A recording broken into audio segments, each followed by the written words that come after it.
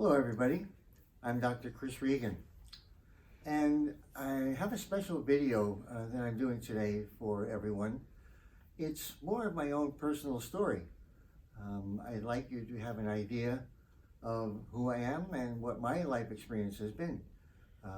As your therapist, it's important to understand that we may connect in areas that you just wouldn't even think about.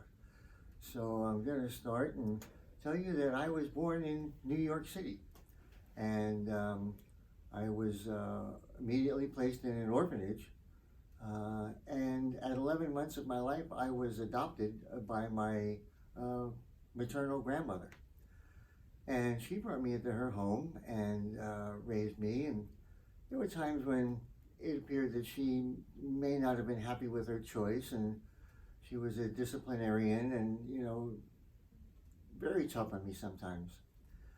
And it got to the point where I really felt so uncomfortable that even at age 4, I was already, how do I get out of here? I was trying to plot my escape, and eventually I did as soon as I got old enough to ride a bicycle. That was it. I was looking at expanded territory. I happened to find the kids in my area that were like me. I'm Irish Catholic, lots of other Irish Catholics around, and they like to drink.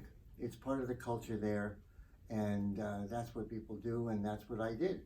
I started drinking, going to church dances. We would get a bottle of wine, and the boys would drink before going into the dance. And that just became more and more of my coping mechanism. To handle the need to escape, I would drink. And drinking grew so much that it actually interfered with my schooling. And when I was 16 years old, I chose to drop out of high school so that I could just drink full time. It's hard to imagine at 16, but that's what I did. And eventually I had to get a job. I had no skill or training, no college, and I worked in a store like a Kmart, stocking the shelves and bringing things out on the floor, minimum wage job. And ironically, no matter what job I had, that job and many others to follow, I would find the other person who was the big drinker and, have lunch together with this person and drink. Sometimes before work, sometimes during work, and sometimes after work. So clearly, that was a problem. I ended up at age 16 meeting a woman who turned out to be my wife.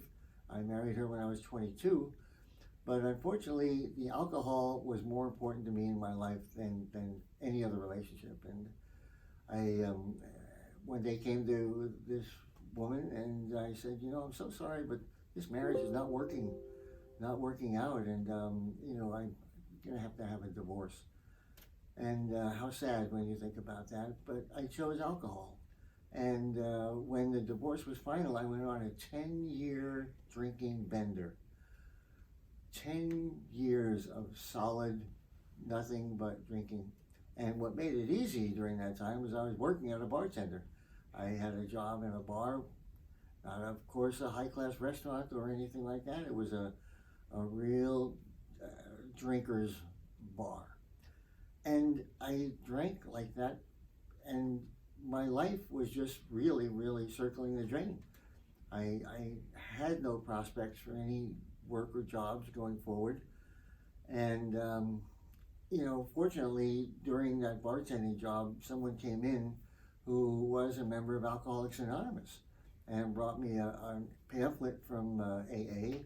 I read it and decided to take a chance. And I did go to AA.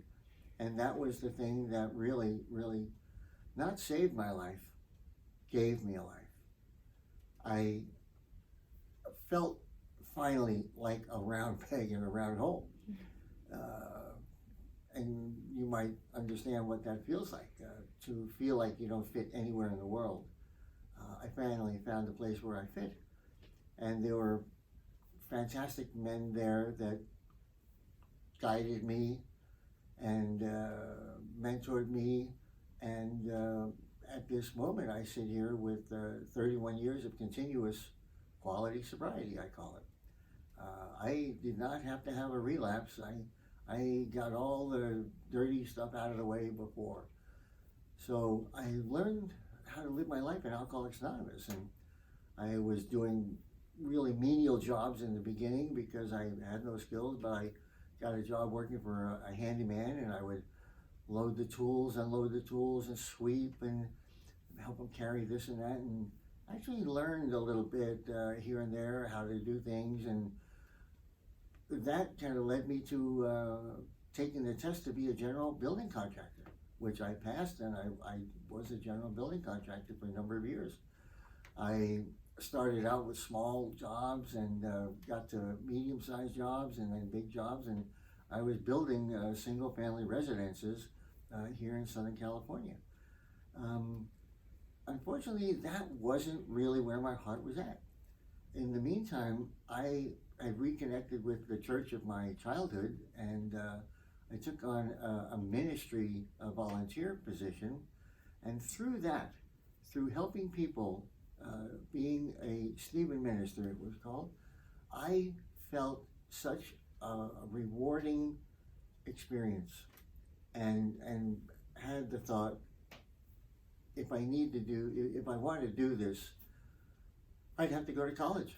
And of course, I didn't see myself as a college person. I secretly envied college people, but they were different than I was.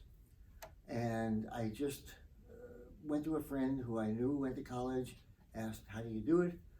He opened his wallet, pulled out a card, which was the phone number to the entry to a junior college.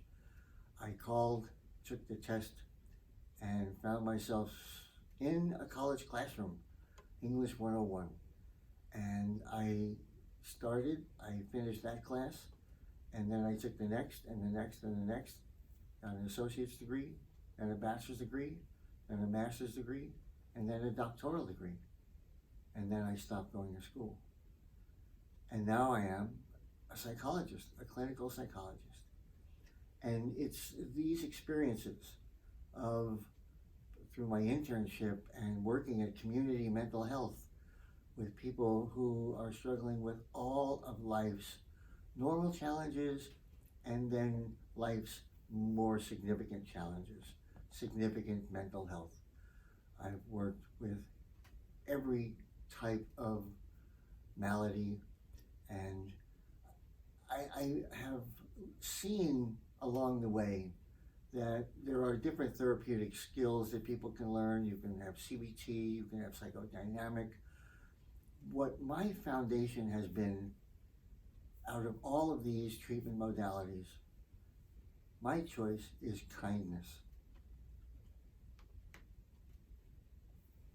A compassionate therapist who truly listens to what's going on with you, and at times can actually say, I know how that feels, is a very powerful connection. And it's the key to my relationship building. In my practice as a psychologist, my experience is I've had patients for many years. And it's not because we haven't learned how to live or solve the problem.